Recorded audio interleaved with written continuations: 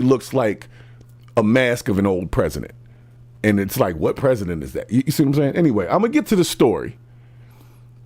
But before I get you all the way into this story, I want you to keep in mind that the topic of today is selective outrage. All right? Let's get into it. Helped launch Abercrombie & Fitch to must-wear brand status. The accusers numbering more than a dozen. Their allegations horrifying. Here's ABC's senior investigative correspondent, Aaron Katersky. We're here today That's not Aaron. to announce the arrest and charging of 3 defendants. It was a stunning announcement. Former CEO of Abercrombie & Fitch, Michael Jeffries, Matthew Smith, and James Jacobson. The former CEO of one of America's most celebrated brands, Abercrombie & Fitch, arrested along with his romantic partner and a business associate. Their sex trafficking and prostitution enterprise lasted at least from the end of 2008 until early 2015. You see his face? You see what I'm talking about? Millions of dollars on a massive infrastructure to support this operation and maintain its secrecy. Jeffries, who stepped down from Abercrombie in 2014, is accused by law enforcement of using his power and wealth to traffic and sexually exploit more than a dozen young men around the world, many of them aspiring models. The 16-count indictment includes charges of sex trafficking and prostitution. At the heart of the case, the allegations of 15 John Does. So it's jaw-dropping and shocking in every twist and turn of this Jaw-dropping. case. We've seen R. Kelly go down on similar charges, and in the Southern District of New York, Sean Combs is facing the exact same charges. When I saw the charges come down, that's foreshadowing right there to what my conversation of the reckoning is today. that I think we are starting to see in this world of arts and entertainment moving forward. The arrests are relief to those who have alleged in civil lawsuits they were victimized. What feels like an evil villain continued to use his power to harm a lot of people. And I don't think he feels bad about it. To anyone who thinks they can exploit and coerce others by using the so-called casting couch system, see what I'm saying? This case should serve as a warning. Jeffries and his romantic partner Matthew Smith were arrested in Palm Beach, Florida. Jeffries is now released on a $10 million bond while Smith remains detained. Let me pause that real quick. So, just to give you the baseline if you didn't catch it yet, if you haven't quite picked it up, this guy utilized his money and fame and power to influence people to come around and do nasty stuff. This story sounds very, very familiar, right? It sounds a lot like, the Diddy story. It sounds a lot like the R. Kelly story. It sounds like, it's a very interesting story, but this story is not as big as the Diddy story. And I was asking somebody, like, why are people not as outraged about these young men? Because this is who he wasn't interested in the ladies.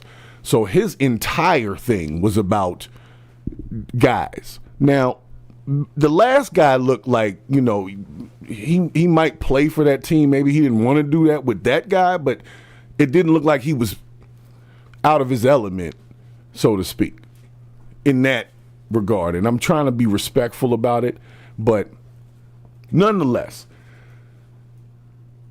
this story is just as big as any of the other ones, right? So why is my timeline still inundated with Diddy stories when this is going on at the same time? And this ain't the only one. There was a couple other ones, but I couldn't grab them fast enough this morning. But I'm noticing a lot of these, the same story. Flew some people in, had them do some stuff. Now they got trafficking charges, right? So why are they not putting as much on this guy doing this to only men versus the other gentleman doing this to men and women? I don't know. Let me finish up a couple more minutes of this little story. I'm not a big ABC News fan, but they did a good one with this one. Attorneys issued identical statements saying we will respond in detail to the allegations after the indictment is unsealed and when appropriate, but plan to do so in the courthouse, not the media. Jacobson was arrested in Wisconsin. He appeared in a Minnesota courtroom and was released on bail. His attorneys declined to comment. Court documents allege the length Jeffries, his partner Smith, and their business associate Miss Jacobson Cook. used to lure young men to sex Who's events Miss Cook? around the globe. New York, That must have Europe, been an alias. Morocco. This indictment is that these three men would use the allure of a modeling career or being associated with Abercrombie and Fitch to seduce and also allegedly rape many of these men. Prosecutors said the itineraries for some of the events made no mention of sex and instead resembled those often sent to models for photo shoots. Jacobson allegedly acted as a recruiter for Jeffries and Smith. Jacobson engaged in, quote, tryouts with men across the world where he would typically pay them to engage in sex acts with him. The federal indictment alleges that prior to sex events, the John Does were physically groomed, including at times shaving men's genitals without advance notice. Whoa, There were whoa, two whoa, things that whoa, stood whoa, out to me whoa, to the whoa, indictment. whoa, whoa, whoa, whoa, whoa. He just said that they were shaving men's genitals without prior notice. What exactly does that mean? Does that mean that they got somewhere and they were like, "Hey, we want you to take some pictures, and you're gonna have to shave your giblets a little bit"? I don't know. But they definitely, if you pop up on that, even so, I don't know if that's actually. Now, if they were just holding people down and shaving their nuts, which is what I thought he was saying at first, was like, hold up, you tying people down and shaving their balls? It's criminal, sir. But anyway, all right, let me finish, because it's a lot to take in for my ears, so that's why I got to pause it a little bit, because, whew, yeah. The network that was made and used to facilitate the sex trafficking, but also the use of drugs to induce erections so that people who could not or would not participate in sexual acts were forced to do so. The defendants Not funny. It's pressured not the men funny. to consume It's not funny, alcohol, Zora. Viagra, and muscle relaxants known as poppers during the sex events. At the sex Yeah, events, he's the keeping such a indictment serious alleges face when he's staff talking about it, controlled too. the entry and exit and directed men to wear costumes and use sex toys. Prosecutors claim the victims were sometimes paid for attending the events and forced to sign non-disclosure agreements. It's a staggering fall for the once highly successful CEO of Abercrombie and Fitch. Mike Jeffries. First of all, you see the difference in that man's face between them two shots? Boy, whoever did that work, that's who needs to be in front of the people looking at some charges. Whoever did his face work, I don't know what doctor it is, but no one if you know that, like, that's the doc, no one in the world should ever go to this person again. Okay? Whoever you are, if you're thinking of going to the same plastic surgeon guy that Mike Jeffries went to, tell you right now, that ain't the place to go. All right? Let me give it a couple more moments here. Like I said, I'm getting it's interesting what this story is about. It's very gratuitous if you're paying attention. Expanded Abercrombie and Fitch from a small apparel store in the United States to a massive enterprise throughout the world. Jeffries helped turn the brand into a cultural phenomenon. In the mid to late 90s specifically, Abercrombie and Fitch was everywhere. It was very much giving coastal, prep boy energy. Soft. Very preppy, very country clubby, very much. They've been working on this craziness. Popular among teens, See, I don't even want Abercrombie's that marketing particular image on campaigns my and stuff. commercials like these, selling sexy images of shirtless men and barely dressed women. Going viral before the word viral was part of the lexicon, and sparking controversy too. The boundaries were absolutely pushed about what was socially acceptable at that time to get this attention. So what you saw in these established in advertisements a lot of times 1892? were Really? a lack of clothing. It's a clothing brand, but you didn't see a lot of clothing. The Abercrombie look immortalized in songs like LFO's 1999 hit Summer Girls. I like girls that wear Abercrombie and Fitch. It looked like a bitch.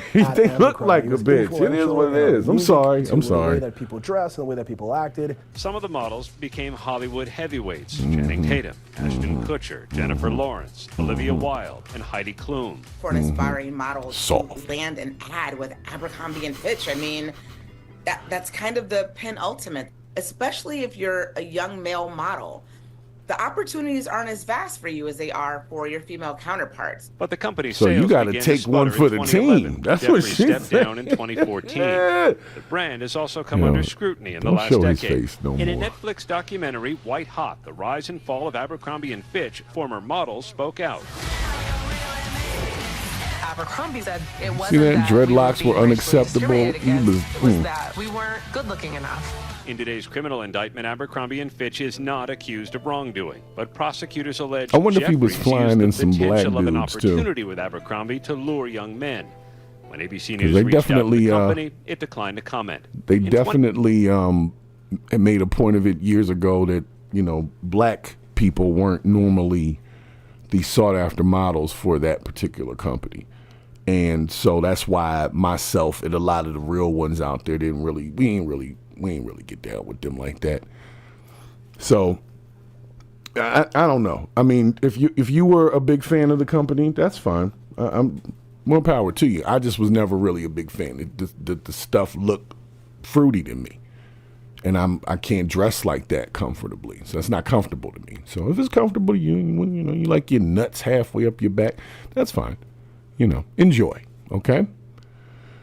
But they bring in all these guys, right? And a lot of these male models, as you guys know, are they play for a different team, you know, or they don't play for the co-ed team. If that's crazy, I don't even say that. They don't play for the co-ed team, and a lot of them are adults, and like she said, a lot of them are aspiring to do whatever. So at the end of it, I hate to say it, but there's a lot of consenting adults in these things. And if consenting adults are, I don't know, man. I don't know. It's, like I said, it's a real slippery slope. Pause. It's an interesting angle on this. I'm just wondering why it's not a larger story if this man was really just flying in dudes and injecting them in the penile with Viagra and got them on pink cocaine and like, you know what I'm saying? And was doing it apparently for at least almost 10 years, according to their timeline. Then they had stories about it. Nobody really did anything about that. Huh. It's interesting. 2023, the BBC aired Real a documentary featuring several former models accusing Jeffries of sexually exploiting them. What happened to me changed my life, and not for the better.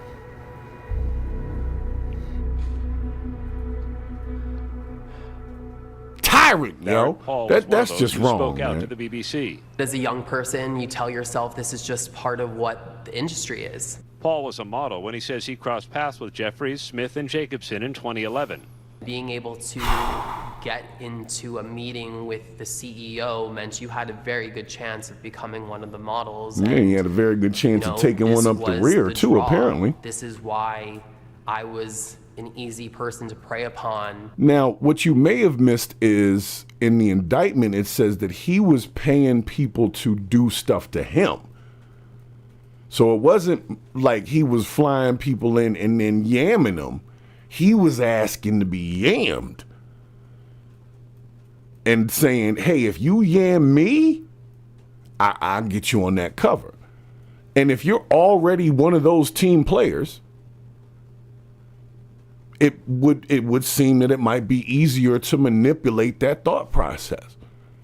Because I guess, like I said, I'm just speaking from my own opinion, but I would personally think that if somebody wanted to put something in you, that's worse than if you want to put something in somebody else, right?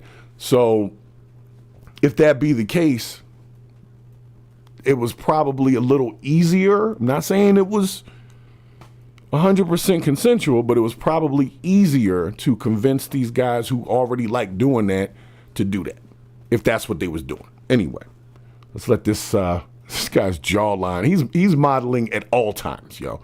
This dude is always looking for the perfect shot. You see his hair? He looked like Abercrombie and Fitch. And this is why me and him don't seem like we would be hanging out together, right? So we wouldn't really wear the same clothes either. So the marketing wasn't for me. That's why I wasn't, because Fitch and, you know the word. just seemed too close.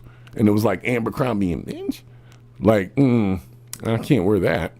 So anyway, because I ain't that, so I can't represent that which I am not.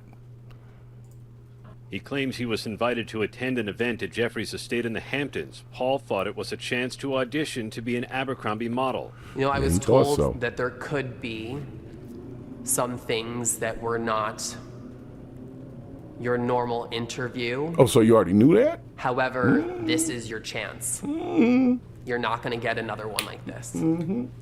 And I was given Abercrombie and Fitch underwear to put on. I walked into a scene. It's not funny. It's not funny. Make most people extremely uncomfortable, extremely nervous, scared. There is not just them, but other men in there doing stuff that I was not comfortable with. I'm sorry. And then there's other men in there completely dressed in Abercrombie and Fitch clothes. What happened still haunts him. That's kind of a sick little situation. It's like, put on my clothing. Oh my gosh. But this was, you're modeling and you're there to model. So if they say to put on the clothing of the company that you're there modeling for, that kind of seems like it's within the bounds of normal requests. I don't know. Maybe I'm missing something. Maybe I'm missing something here. Like I said, I might be missing something. But anyway. Stripped of what felt like my humanity. I felt like a piece of meat. For years, he stayed silent. He says he worried speaking out would ruin his career. Now he's part of a class action lawsuit filed last year representing at least dozens who claim Abercrombie's crucial support allowed Jeffries to successfully rape, sexually assault, and coercively sex traffic Barrett Paul and numerous others. Jeffries and Abercrombie and Fitch have both denied the claims and filed motions to dismiss the civil lawsuit and the claims made by Paul. I think that there is no doubt that the criminal case never would have been opened but for our civil lawsuit. Brad Edwards is one of the lawyers on that civil case. This is the first sex trafficking operation that we have worked where the victims were all males and the perpetrator was a male. Yeah. I think that has led to some of the victims being more reluctant than others to come forward. All right, hold on a second. Let me let him finish his statement. I would say every single month couple of minutes of chat. We have heard from more and more victims. Jeffries and Jacobson will be arraigned Friday on the criminal charges. If found guilty, they can face 15 years to life for the sex trafficking charge and up to 20 years for each one of those counts of interstate prostitution. The FBI is urging others who believe they are victims to come forward. We are waiting to hear from you, and we're here to help you. Paul hopes sharing his story can give others courage. We are absolutely getting closer and closer to a tipping point where I know more men are going to feel comfortable saying me too. I don't want me too else to have oh to go my through goodness. What I went through. Too. I'm sorry, guys. Me too. Oh, that's a good one. Me too. All right, let me unpack this a little bit. I'm warning you right now, you're not going to like some of the things that I have to say, okay? And that's fine. We're all in this world together, entitled to our opinions, and I'll do my best to not be in any way disrespectful to anyone who was victimized in these heinous crimes, right? But let's first give a shout to everybody that's in the chat. Z, if you're in the chat, love you, baby. Good to see you. The last statement by I guess he was the lawyer, was very interesting to me. This is the first case of this at this level where at least from what I remember, where all of the victims are male and the perpetrator is also male. Most of the other ones included everybody, So with this one, why? It's a very confusing case to me, all right? And I'm gonna break it on down here. When you have all male victims, a lot of the world doesn't care. It just is what it is. It is what it is. They think that because the victims are male, that they have a better ability to fend off their attacker because they're male, which I'm sure to a degree does have some truth to it, right? But you don't know what can happen when you're put in some weird situation with some dude that looks like he's from The Purge, but that's his real face.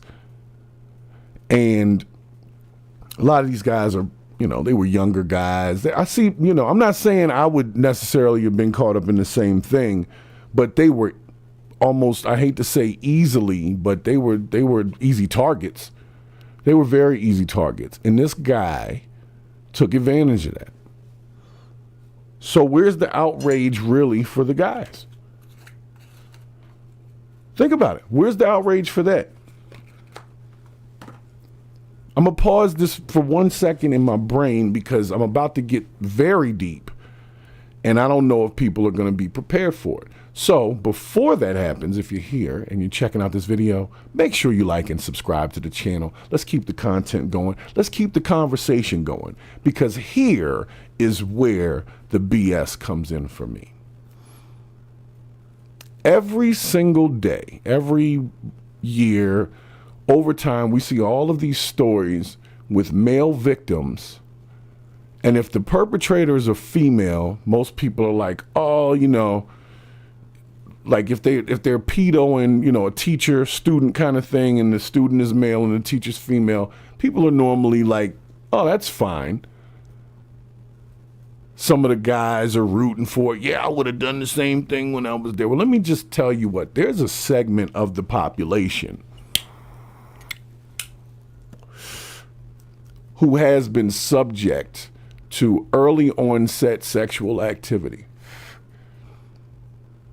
A whole segment of the population who's young males, I'm talking about, who have been accosted by family members, teachers, as you hear of sometimes, neighbors, and they grow their whole lives trying to deal with some weird demons that end up in their head.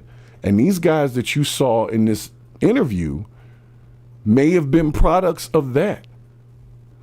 And then this dude, Mike Jeffries, decides, I'm going to exacerbate that. I'm going to utilize what's already a little off with you. And I'm not, because somebody will get offended with that. What I'm saying is, this guy utilized the fact that he was handpicking people. It wasn't like everybody had to go through it. There were some people that didn't, and some people that did. And the ones that did, he was picking that because he understood that these guys they weren't going to stop him. And they didn't stop him. And like I said, if you look in the indictment, a lot of it has to do with him wanting them to perform. They wanted he wanted them to put it up in him, right? And I guess if it would have been a straight male, there may have been more backlash. I mean, I don't know. I'm just saying, it seems like the media, they covered the story.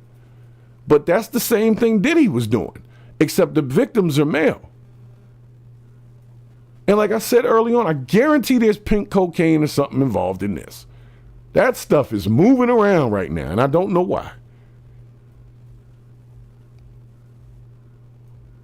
What I do know is these stories don't get the coverage like they should, because it's too hard to understand a male being in such a position that they cannot fend for themselves against their perpetual attacker.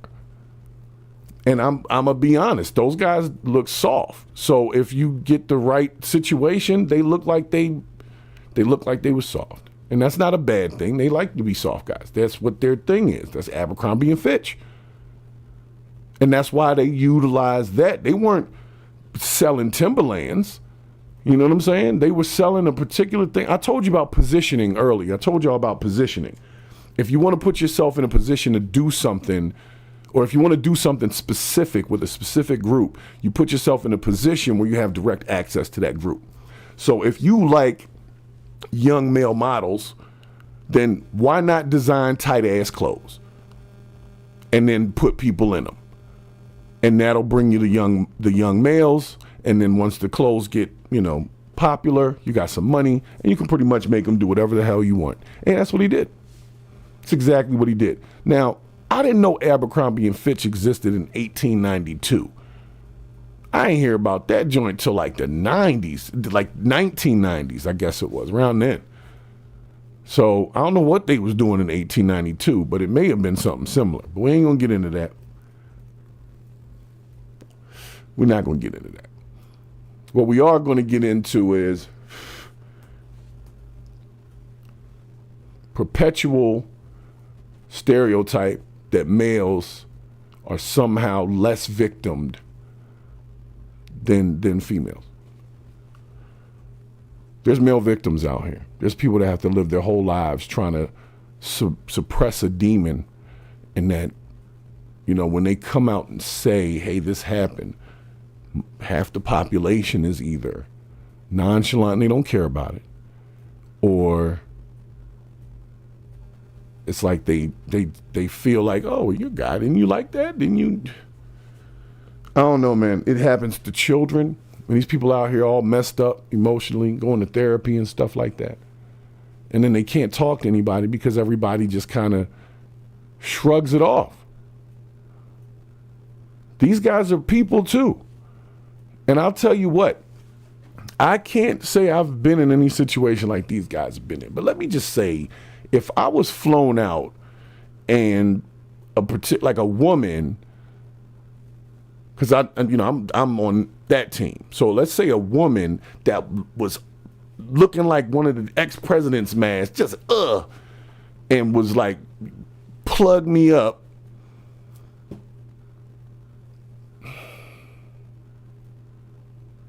I mean, it's an offer. You can decline, I guess. I don't know, man. Like I said, I'm trying not to get in trouble, but I always wonder why male victims it's always like, oh, okay, well, he's all right. And they don't be all right. They do not be all right. A lot of dudes was messed up early in life because of doing, people who were older than them, putting them in these precarious situations. And then you wonder why these guys are a little off by the time they're 13, 14 years old. It's because people was messing with them when they were 4. Before they even understood what was going on, it was going on. Before they even knew what virginity was, they had lost it. You see what I'm saying? So we're talking about a whole different mental space. And this guy was smart enough, well, I don't even want to say smart enough, let's say conniving enough to prey on people like that. Now, what's going to happen here? Is Channing Tatum or Ashton Kutcher, all those other names that Abercrombie initially had as models, are they going to come out and say that they were violated? I don't think so. Because I think this guy knew not to mess with them. He knew which ones to pick. There was a stark difference between the Channing Tatum that you've seen in all of those movies to the blonde-haired guy that we saw in that clip. And somebody took advantage of it. Like I said, man, I feel bad for the guys out there that are going through it. Gentlemen, if whatever your situation is, straight, gay, whatever, if somebody is taking advantage of you in any way, shape, or form as a sexual victim and you can't speak out, it's actually, that's kind of sad. And I think that there should be a space where men are not judged for that. Like I said, I was laughing at the guys a little bit, but that's because they were saying some fruity stuff, and fruity stuff is funny to me. So I can laugh at that, but I wasn't laughing at their situation at all. I need you to understand that's a serious situation. That's going to get swept under the rug, like the Epstein thing and all this other stuff, right? But meanwhile, the Diddy situation is still all over the news. It's still trending. And this is not. And I don't get it. Well, I get it, but I'm wondering, do y'all get it? Do y'all get it? The ones that's watching, the viewers, the general population, do y'all get it?